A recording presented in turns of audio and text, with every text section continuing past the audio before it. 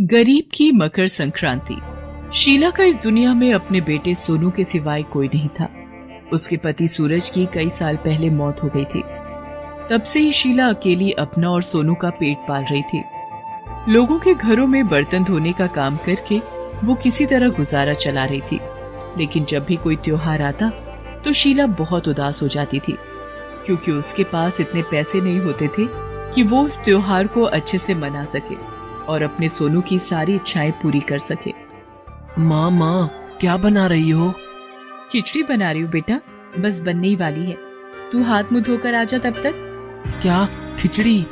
लेकिन माँ, मेरे दोस्त राजू की मम्मी तो तिल के लड्डू और मीठी मीठी चिक्की बना रही है। उसने बताया मुझे कल मकर संक्रांति है ना। आप कब बनाओगी ये सब? और हाँ माँ, आज काम पर से लौटते हुए मेरे लिए अच्छी सी पतंग भी लेकर आना। इतना कहकर सोनू हाथ मुंह धोने चला जाता है। शीला सोच में पड़ जाती है। उसके हालात समझने के लिए सोनू अभी बहुत छोटा था। हे भगवान, बचे हुए पैसे अगर मकर संक्रांति मनाने के लिए खर्च कर दिए तो पूरे महीने कैसे गुजारा चलेगा।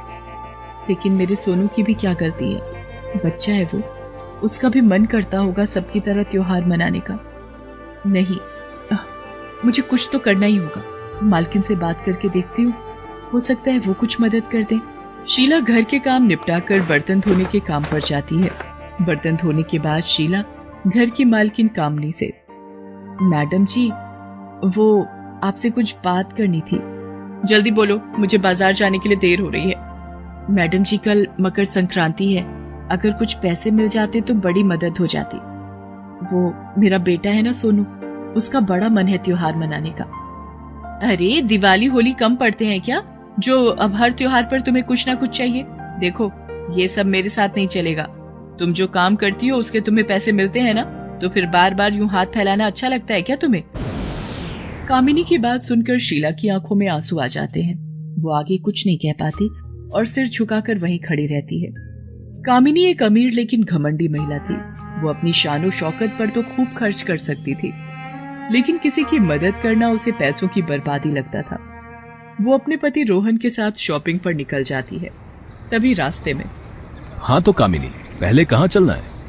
सबसे पहले मेरे लिए एक नई साड़ी खरीदनी है, फिर खूब सारे गिफ्ट पैक लेने हैं, और हाँ, कुछ पतंगे भी खरीद लेंगे। पार्टी में मेरी फ्रेंड्स के बच्चे भी तो आएंगे, उन्हें देने के लिए। क्या? कब है पार्टी और कहाँ है ये पार्टी? कल है पार्टी और हमारे घर में ही है। कल मकर संक्रांति है ना, तो मैंने अपनी सारी फ्रेंड्स को घर पर बुला लिया है। न्यू ईयर पर मेरी फ्रेंड ने पार्टी दी थी, तो मैंने सोचा मैं मकर संक्रांति पर पार्टी दे देती हूँ। अब अच्छा तो नहीं लगता है ना, सबके घर पार्टी में जाते रहो और खुद किसी को भी ना बुलाओ तो। लेकिन कामिनी, जहाँ तक मुझे पता है, मकर संक्रांति पर पार्टी नहीं बल्कि दान पुण्य का काम करते हैं। माँ को तो मैंने यही सब करते देखा था। मुझे याद है, वो हर मकर संक्रांति को कई सारे गरीबों को घर बुलाकर खाना खिलाती थी और फिर सबको तिल की मिठाइयां बांटती थी, और हाँ, बच्चों को पतंगे भी बांटती थी। देखो, ना तो मैं तुम्हारी मम्मी हूँ और ना ही मुझसे ये सब होगा। तिल की मिठाइयां तो मैं भी बांट रही हूँ। अभी बोला तो कि गिफ्ट पैक लेने हैं। बस फर्क ये है कि मैं वो सब गरीबों पर वेस्ट ना करके अपनी फ्रेंड्स को देने वाली हूँ। यही तो सही नहीं है कामिनी। तुम्हारी फ्रेंड्स को इन सब चीजों की क्या जरूरत है? वो तो ये सब खुद खरीद सकती हैं। जिन्हें सच में जरूरत है, हमें उनकी मदद करनी चाहिए। देखो, मेरा मूड खराब मत करो। अब मैंने पार्टी का डिसाइड कर लिया है, तो बस पार्टी तो होकर रहेगी। ये गरीबों को सामान बांटकर महान बनने का नाटक मुझसे नहीं होता, ठीक है ना? रोहन कामिनी को बहुत समझाता है, लेकिन वो कुछ सुनने को तैयार ही नहीं थी। उसने सब कुछ अपनी मर्जी के मुताबिक ही किया। दूसरी तरफ शीला को समझ नहीं आ रहा था कि वो घर जाकर सोनू से क्या कहेगी। फिलहाल उसके पास कामिनी के घर के अलावा किसी और घर का काम भी नहीं था। उसके पास अब कोई उम्मीद नहीं थी। वो मायूसी से घर लौट रही थी, तभी रास्ते में उसे एक फटी हुई पतंग दिखाई दी। अरे, ये तो पतंग है। थोड़ी फटी हुई है, लेकिन फिर भी इससे काम चल जाएगा शायद। शीला घर जाकर उस पतंग पर पुराना अखबार चिपकाकर उसे ठीक कर देती है और फिर उसे सोनू को देते हुए कहती है, सोनू, ले बेटा, ये रही तेरी पतंग। माँ, पर ये कुछ अजीब नहीं लग रही। मेरे दोस्त की पतंग तो। सोनू, दूसरों के पास क्या है ये देखता रहेगा तो कभी खुश नहीं रह पाएगा बेटा। तेरी माँ बहुत गरीब है, तेरे लिए इससे ज्यादा कुछ नहीं कर सकती। इतना कहकर शीला रोने लगती है। शीला को रोते देखकर सोनू को बहुत बुरा लगता है। वो शीला के आंसू पोंछते हुए कहता है, रो मत माँ, मुझे कुछ नहीं चाहिए, बस तुम रो मत। शीला सोनू को गले से लगा लेती है। फिर सोनू खुशी खुशी अपनी पतंग लेकर घर से बाहर चला जाता है। शीला ने सोनू को तो समझा दिया था, लेकिन वो खुद को अभी भी नहीं समझा पाई थी। वो चाहती थी कि सोनू भी दूसरे बच्चों की तरह मकर संक्रांति का त्योहार मनाए। बस आगे जो होगा देखा जाएगा। मेरे पास जो थोड़े से पैसे हैं, मैं उनसे तिल और गुड़ लेकर आती हूँ। क्या मैं अपने बच्चे की इतनी सी ख्वाहिश भी पूरी नहीं कर सकती? ये सोचकर शीला घर से बाहर निकल जाती है। थोड़ी दूर चलने के बाद वो अचानक रुक जाती है। सामने कामिनी थी जो लोगों से मदद मांग रही थी। दरअसल वो और उसका पति रोहन जिस गाड़ी में थे उसका एक्सीडेंट हो गया था। रोहन गाड़ी में बेहोश पड़ा था और कामिनी को भी बहुत चोट लगी हुई थी। वो ठीक से खड़ी भी नहीं हो पा रही थी।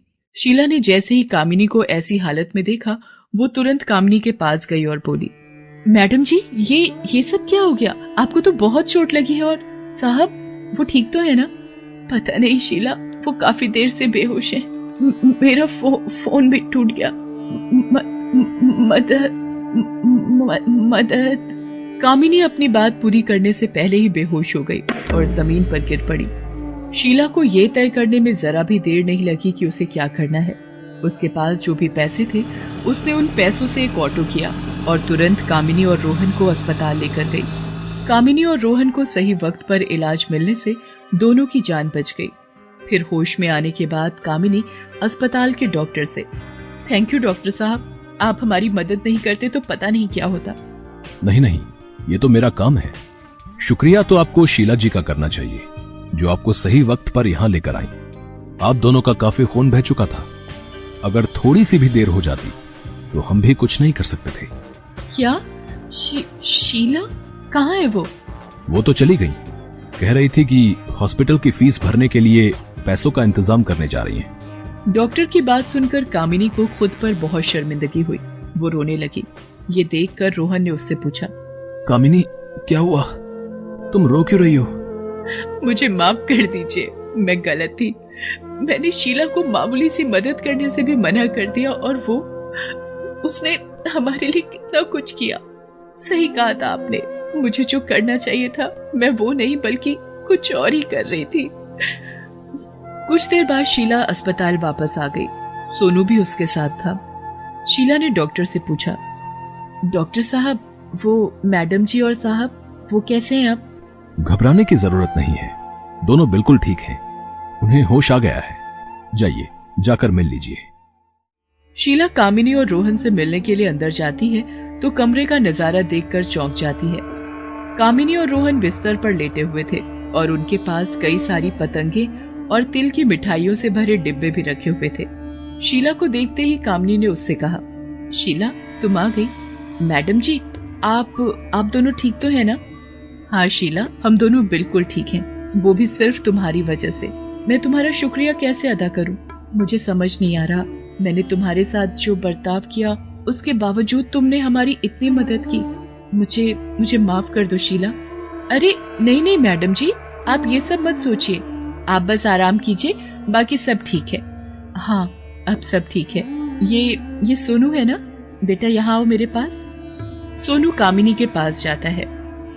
कामिनी उसे पूरी 4 पतंगे देती है, साथ में तिल के लड्डुओं से भरा डिब्बा देते हुए उससे कहती है, ये लो बेटा, यही सब चाहिए था ना तुम्हें?